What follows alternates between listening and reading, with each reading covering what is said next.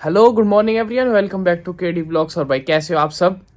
बस सब बढ़िया, सब चंगा भाई, सब बढ़िया बढ़िया। तो आज की भाई वीडियो में आपने थंबनेल देख ही लिया होगा। हम बात कर रहे हैं कि भाई आप कनाडा आना चाह रहे हो और आपका लाइक स्टूडेंट वीज़ा पे आ रहे हो, तो उसका टोटल कितना खर्चा आता है, सारी चीज़ इस सारी वीडियो में इस वीडियो में मैं सब इंक्लूड करने वाला हूँ। तो भाई एंड तक बने रहो मेरे साथ। और भाई बस शुरू करते हैं इसको बिना किसी देरी के। और भाई शुरू करते हैं, पर उससे पहले आपने अगर चैनल सब्सक्राइब नहीं करा तो भाई जाके सब्सक्राइब कर दो। और भाई जो भी भाई अपना देख रहा है इस वीडियो को, अगर वो ऑलरेडी कनाडा है या फिर वो ऑलरेडी वीज़ा के लिए अप्लाई कर चुका, तो भाई वो भी कमेंट में लिख देना कि भाई मैंने इतने पैसे दिए थे, मेरा इतना खर्चा हुआ। और मैं आपको अपना भी बताऊंगा, और जो बेसिकली जो नॉर्मल खर्चा होता है मैं आपको वो भी बताऊंगा सारा A to Z, बिल्कुल एंड से लेके क्या बोलता हूँ, एंड से क्या शुरुआत से लेके एंड तक सारा कितना जो खर्चा आएगा एक एक स्टेप का, और सारा वीज़ा का प्रोसेस आपको इस वीडियो में बताने वाला हूँ मैं। ठीक है, तो शुरू करते हैं। तो भाई सबसे पहले जो चीज़ आती है, जहाँ पे सबसे पहले जो खर्चा आता है वो अपना आइल्स का। आपने आइल्स वाला सिस्टम बताता हूँ आपको। आपने भाई 12th कर ली, अपनी 12th करी या ग्रेजुएशन करी, जो भी करी, उसके बाद आपको सोचना है कि भाई आपका मन करे कि भाई आइल्स दे देता हूँ। आइल्स भाई एक तरीके का यही है कि इतना तो आपको पता भी होगा कि भाई अगर आप फॉरेन आ रहे हो तो सबसे पहले कॉलेज में अप्लाई करने के लिए आपको दिखाना पड़ेगा कि हाँ भाई मेरे को इंग्लिश आती है, मैं कर सकता हूँ। क्योंकि यहाँ की भाई सारी पढ़ाई इंग्लिश में होती है, तो आपको पहले आइल्स करनी पड़ेगी। ठीक है, आइल्स का एग्ज़ाम होता है भाई 15,500 रुपये हैं आइल्स के। ठीक है, और अगर आपके बैंड कम आए भाई 6.5 पे आप पासिंग हो गए, यानी कि हर एक में 6 से ऊपर होगा, और ओवरऑल आपका 6.5 आना चाहिए, तो ही आप पास होगे। और ये टोटल 9 बैंड्स का होता है। ठीक है, और जिस भाई को अगर कोचिंग भी ले सकते हो आप, कोचिंग का खर्चा मैं आपको बताऊं, आइल्स का 15,500 तो आपके पेपर के हो गए। और कोचिंग नॉर्मली होती है भाई मैं एवरेज बताता हूँ 7,000 की, और बाकी भाई कहीं पे 4,000 की भी देते, 5,000 की, कहीं के 10-12,000 की भी देते, 20-20,000 की भी कोचिंग है। तो मैं आपको बस एक एवरेज बता रहा हूँ कि इतना मान के चलो आप। थोड़ा बहुत ऊपर नीचे होता रहता है, जो भी अपना भाई खर्चा तो भाई ऊपर नीचे हमेशा होता है। ठीक है, तो कभी भी श्योरिटी नहीं ले सकते, बाकी हाँ इतना एस्टिमेट बता दिया मैंने आपको। तो आइल्स की कोचिंग अगर आपको लेनी है तो मैंने अपने आप करा था, और भाई अगर आपको हेल्प चाहिए तो मैं हूँ ही। और बाकी मैंने इस आइल्स के ऊपर भी वीडियो बना रखी है, इसका पूरा अलग से प्लेलिस्ट है, तो भाई चैनल को खोलो आप और उसमें आपको मिल जाएगी। और अगर फिर भी कोई डाउट रहता है तो आप भाई कोचिंग भी ट्राई कर सकते हो। मैं यूँ नहीं बोल रहा कि भाई मेरी वीडियो देख के आप करो। अगर फिर भी आपको कोई डाउट है, बाकी आप वैसे मेरे से इंस्टाग्राम भाई लिंक डिस्क्रिप्शन में है, वहाँ पे जाके आप DM कर सकते हो, तो कमेंट बॉक्स में लिख दो, कोई दिक्कत नहीं, आपका भाई है। ठीक है, तो ये वाला हो गया भाई, आइल्स वाला खर्चा हो गया। सबसे पहला खर्चा तो ये था। अब आइल्स का खर्चा होने के बाद आपका, चलो आइल्स निकल गया, फिर आपको क्या करना है, काउंसलर हायर करना है।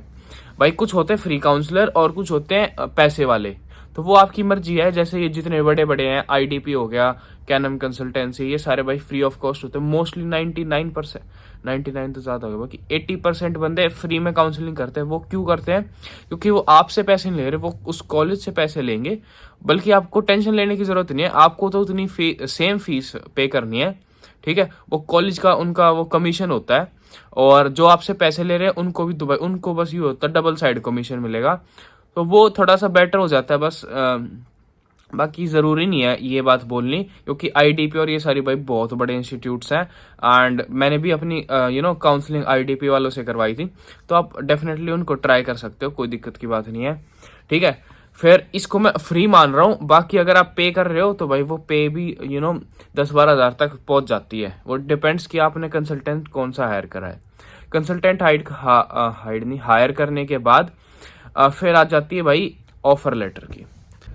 ऑफर लेटर के लिए हमें करना पड़ेगा कॉलेजेस में अप्लाई, जो आपका कंसल्टेंट करेगा। हर कॉलेज की एक फीस होती है, पर मैं आपको थोड़ा सा आइडिया दे दूं, $100 के राउंड पड़ेगा एक कॉलेज का फी। अगर आपको, अब आपके ऊपर है कि आपको 4 कॉलेज में अप्लाई करना है, 5 कॉलेज में अप्लाई करना है, it totally depends on you. बाकी हर एक कॉलेज $100 लेने वाला है। $100 इंडियन करेंसी में 6,400 रुपये हो गए अभी जो रेट चल रहा है। ठीक है, मतलब आप एस्टिमेट ले लो 6,500, ठीक है, थोड़ा बहुत फ्लक्चुएट होता रहता है। तो एक कॉलेज में अप्लाई करने के 6,500 है। तो आपको देखना है कि आपको एक कॉलेज में अप्लाई करना है, 2 कॉलेज में, 3 कॉलेज में, 4 कॉलेज में, it totally depends on you. ठीक है, तो इसका मैं मान ली तो 2 कॉलेज में तो बंदा करेगा ही करेगा। 6,500 कितने हो गए, 13,000। ठीक है, तो 13,000 आपका खर्चा ये हो गया। और अभी तो भाई शुरुआत है, ये है बेसिक खर्चे। अभी जो मोटा खर्चा आएगा वो इसके बाद आएगा। आपने कॉलेज में अप्लाई कर दिया, उस कॉलेज ने भाई आपको देख लिया कि भाई हाँ आप एलिजिबल हो, हम आपको बुला रहे हैं, आप आओ, तो वो भेजेंगे ऑफर लेटर किया भाई हम आपको एडमिशन देना चाहते हैं। अब ये भी चक्कर है भाई, क्या पता भाई आपने 2 कॉलेज में अप्लाई करा, दोनों कॉलेज का नहीं आए, कुछ भी हो सकता है। लाइक दोनों कॉलेज से आ जाए, कभी एक कॉलेज से आता है। तो मतलब हर कोई बंदा थोड़ा सा ना अपना इसको सेट करके रखता है कि भाई मैं 4 कॉलेज में अप्लाई करूंगा, 3 में करूंगा। वो it depends on your qualification. Also आप कॉलेज की साइट पे जाके देख सकते हो कि वो क्या क्वालिफिकेशन मांग रहे हैं और कैसे क्या सिस्टम। बाकी आपका जो काउंसलर है वो अपने हिसाब से आपको बताएगा, उस हिसाब से जहाँ आपकी पॉसिबिलिटी हो ऑफर लेटर आने की। ठीक है, ऑफर लेटर आने के बाद सबसे बड़ा खर्चा फीस का। ऑफर लेटर आते ही आपको ऑफर लेटर भाई आपको खुशी होगी, हाँ भाई मेरा पहला प्रोसेस हो गया, ये है वो है। फिर आप जब ऑफर लेटर को पढ़ोगे तो आपके समझ आएगी हाँ अब बनेगी बात। तो भाई ऑफर लेटर पे आपको लिखी होगी फीस, इतनी फीस पे करनी है, फीस GIC वगैरह सारी। तो फीस का भाई सबसे बड़ा खर्चा है। ठीक है, तो अगर आप बैचलर्स कर रहे हो तो भाई फीस तो, और अगर डिप्लोमा कर रहे हो तो फिर भी थोड़ा सा ना इतनी है कि भाई आपका सारा प्रोसेस हो जाएगा जितने में आप बैचलर्स की अकेली फीस दे रहे हो। मैं कर रहा हूँ बैचलर्स, सो क्या करें। और भाई बाकी अगर कोई और भी भाई करे तो मैं उसका भी बताऊंगा अभी इसी वीडियो में, सेम चीज लाइक डिप्लोमा और बैचलर्स। तो पहले आता है डिप्लोमा, क्योंकि 90% बंदे कनाडा में डिप्लोमा करने आते हैं। तो मैं उसकी कहानी बताता हूँ डिप्लोमा की। भाई डिप्लोमा कर रहे हो तो आपकी फीस होगी अराउंड कितने बताऊं, 12 लाख। हाँ 12 लाख। और मे भी अगर आप बिल्कुल ही लाइक ऐसे कॉलेज जिनकी फीस 8 लाख भी होती है, तो मैं एवरेज बता देता हूँ, बाकी सारे ही ऑलमोस्ट 12 लाख के हैं। ठीक है, तो 12 लाख आपकी कॉलेज की फीस है। और अगर आप बैचलर्स कर रहे हो तो आपकी कॉलेज की फीस हो जाएगी अराउंड 24 लाख, यानी कि बिल्कुल डबल 1 साल की। और भाई डिप्लोमा भाई ये 2 साल का होता है, तो उस भाई को अपनी पूरी डिप्लोमा 1 साल वाली बैचलर्स जितनी पड़ेगी, और बैचलर्स होती है 4 साल की। तो 24 लाख आपको हर साल भरने पड़ेंगे। वो पहले साल आपको एक साथ भरने पड़ते हैं, और उसके बाद उसको बोलते हैं SDS कैटेगरी। और एक नॉन SDS भी होता है जिसमें आप सिर्फ और सिर्फ फर्स्ट सेमेस्टर की फीस भरते हो। पर जो वीजा वाला सिस्टम होता है उस पर मैं बोलता हूँ कि भाई आप SDS वाला ट्राई करो, क्योंकि एक तो नॉन SDS में आपको बहुत ज़्यादा फंड्स दिखाने पड़ेंगे, और भाई पूरी बहुत ज़्यादा टाइम की स्टेटमेंट लगती है, काफ़ी सारा सिस्टम। और भाई वीज़ा ना आए उसकी श्योरिटी नहीं है, वो लेट आता है। मतलब SDS वाला वीज़ा काफ़ी जल्दी फास्ट प्रोसेसिंग होती है, क्योंकि आप ऑलरेडी 1 साल की फीस भर चुके हो, तो उन्हें भी लगता है हाँ भाई आप अफोर्ड कर सकते हो। तो मैं बोलता हूँ कि भाई SDS वाली करो। ठीक है, SDS नॉन SDS का अगर डाउट रह जाए तो भाई कमेंट में लिख देना। बाकी मेन यही है भाई, अगर आप 1 सेमेस्टर की दे रहे हो तो वो नॉन SDS में आ गया, और अगर आप 1 साल की दे रहे हो तो वो SDS कैटेगरी हो गया। ये वीज़ा का एप्लीकेशन वाला सिस्टम बता रहा हूँ मैं आपको। फिर आपने फीस भर दी, फीस के साथ आपको भरनी पड़ेगी GIC होती है भाई 6 से लेके 6.5 लाख के अराउंड, बाकी एस्टिमेट 6 ही लाख लगते हैं सबके, तो 6 लाख ये जोड़ लो।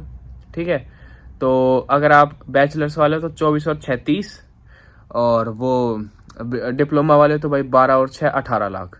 ठीक है, मेन जो खर्चा है ना ये 18 और ये, और उसके बाद जो आइल्स की फीस वगैरह है ये भी थोड़ा वो 1 लाख में आ जाएगी। ये सारी चीज़ लाइक 1 लाख से काफ़ी ज़्यादा बच जाएंगे, आइल्स की कोचिंग ये सारी चीज़। फिर उसके बाद आते हैं फिर आपका ये सब होने के बाद आपका आएगा एक्नॉलेजमेंट लेटर। फिर उसके बाद आप खुश हो जाओ भाई। ठीक है, फिर कोई टेंशन लेने की बात नहीं है। एक्नॉलेजमेंट लेटर आने के बाद आपको करना पड़ेगा वीज़ा अप्लाई, क्योंकि आपका कॉलेज में आपने फीस भर दी है, तो वो वीज़ा की एप्लीकेशन में लगेगा। थोड़ा सा खर्चा यहाँ पे भी आ जाएगा। अब शांति, मतलब भाई खर्चे रुकने नहीं वाले जब तक आप कनाडा में आओगे, तो भी खर्चे नहीं रुकेंगे। जैसे आपने सोच लिया ना मन में कि भाई मेरे को कनाडा जाना है, तो भाई सोच लो, अब तो भाई जेब खाली होने वाली है। ठीक है, तो वीज़ा अप्लाई करने के भाई जो मैं बताऊं कैनेडियन डॉलर्स में भाई वो लगते हैं $150। ठीक है, और साथ के साथ आपको कराना पड़ेगा अपना मेडिकल भी। मेडिकल भी होता है, तो भाई मेडिकल के इंडियन रुपीज में 5,000 रुपये लगते हैं। और भाई जो मैं इमिग्रेशन वाला जो बता रहा हूँ कनाडा वीजा के लिए, वो $150 डॉलर्स में इसलिए बता रहा हूँ क्योंकि भाई हमेशा डॉलर फ्लक्चुएट होता रहता है, थोड़ा बहुत ऊपर नीचे। तो भाई आज के हिसाब से जैसे रेट हो रहा है 60, 61, 62, 63 तक भी। जब मैंने अप्लाई किया था जब 63 था, अब थोड़ा सा कम भी हुआ है, तो इट्स बेनिफिशियल, ठीक है। बाकी मे भी शायद अगले इनटेक में फिर बढ़ जाए। तो मैं सजेस्ट करता हूँ आप बीच में, जो बीच का टाइम होता है ना, आप हमेशा उस टाइम पे अप्लाई करो। जो मेरा जो सीन था भाई, मैं आपको पता है पहले SGT यूनिवर्सिटी में था। अगर आपने पुराने व्लॉग्स देखे हो तो भाई मैंने कभी सोचा भी नहीं था कनाडा आने का, सच्ची बता रहा हूँ। और फिर भाई ऐसे ऐसे धीरे धीरे दोस्तों ने इन्फ्लुएंस किया, लाइक उधर ही कॉलेज में उन्होंने बोला चल साथ छोड़ देते, ड्रॉप आउट करेंगे और ये सारी चीज़ भाई वो। और फिर बस उसी सारी चीज़ों में मैं भी थोड़ा सा बह गया, उसने बहका लिया हमें। और फिर भाई मैं क्यों बहका, क्योंकि भाई फायदा है, बहुत ज्यादा फायदा है। मैं अब यहाँ पे आने का मैं आपको कह रहा डेफिनेटली आओ आप, ठीक है। बहुत ज्यादा बढ़िया जगह है भाई, सब कुछ अच्छा है। और बस फिर भाई मैंने अपना कॉलेज बीच में ड्रॉप आउट किया और उसके बाद भाई कनाडा, तो सब कुछ अच्छे से हो गया। बाकी भाई ये मैं आपको तो मेडिकल वाला और फिर इमिग्रेशन वाला। इमिग्रेशन होने के बाद आपका हो जाएगा वीज़ा के लिए अप्लाई। फिर आपको वही अपना जो टाइम होता है वीज़ा का, मे भी अगर आपकी किस्मत अच्छी है तो 1 महीने में आ जाएगा, नहीं तो जो नॉर्मल टाइम लग रहा है आज के टाइम पे 3 महीने, ठीक है। तो मेरा आ गया था 2.5 महीने में। तो इट डिपेंड्स कि भाई वो हमारे ऊपर तो है नहीं, आपका काम सिर्फ इतना था, अब अप्लाई करके छोड़ दो। फिर अपना GC की पोर्टल होता है, उस पर आपको वीज़ा दिखता है कि भाई उसका वीज़ा का प्रोसेस, कि भाई अब तक क्या कुछ अपडेट हो गया, क्या कुछ चल रहा है। तो अपना वहाँ पे बीच बीच में चेक करते रहो, ठीक है। और बाकी आपकी मेल भी आ जाएगी आपके पास। और भाई बायोमेट्रिक्स का जो खर्चा होता है वो सारा जब आप वीज़ा के लिए अप्लाई करोगे वो उसी में कंसीडर हो जाता है, ठीक है। तो बायोमेट्रिक्स का इसलिए मैं आपको अलग से नहीं बता रहा। बायोमेट्रिक्स यानी कि फिंगरप्रिंट स्कैन वगैरह होती है आपकी, और मे भी शायद आंखें भी होती है, मेरे याद नहीं, शायद नहीं थी यार, बाकी शायद हो भी, आई एम नॉट श्योर। बाकी फिंगरप्रिंट्स का मेरे को पक्का होता है, 5 उंगलियां ऐसे उस पर स्कैन करवाई थी उन्होंने, तो ये बायोमेट्रिक्स होती है। फिर उसके बाद आपको ऑलमोस्ट सारा काम हो गया, वीज़ा आ गया, ठीक है। अब 3 महीने बाद का वीज़ा आ जाता है। वीज़ा आने के बाद एक छोटा सा खर्चा हो रहा है, 1-2 खर्चे हैं भाई। शॉपिंग करनी पड़ेगी। शॉपिंग में आपको बोल रहा हूँ ज़्यादा मत करना, एस्टिमेट बता रहा हूँ 50,000 से ऊपर नहीं, ठीक है। तो 50,000 की शॉपिंग जोड़ लो, क्योंकि थोड़े बहुत कपड़े तो लेके आने पड़ेंगे, ठीक है। और उसके बाद आपकी फ्लाइट की टिकट भाई मेरे पड़ी थी 1,63,64,000 के राउंड।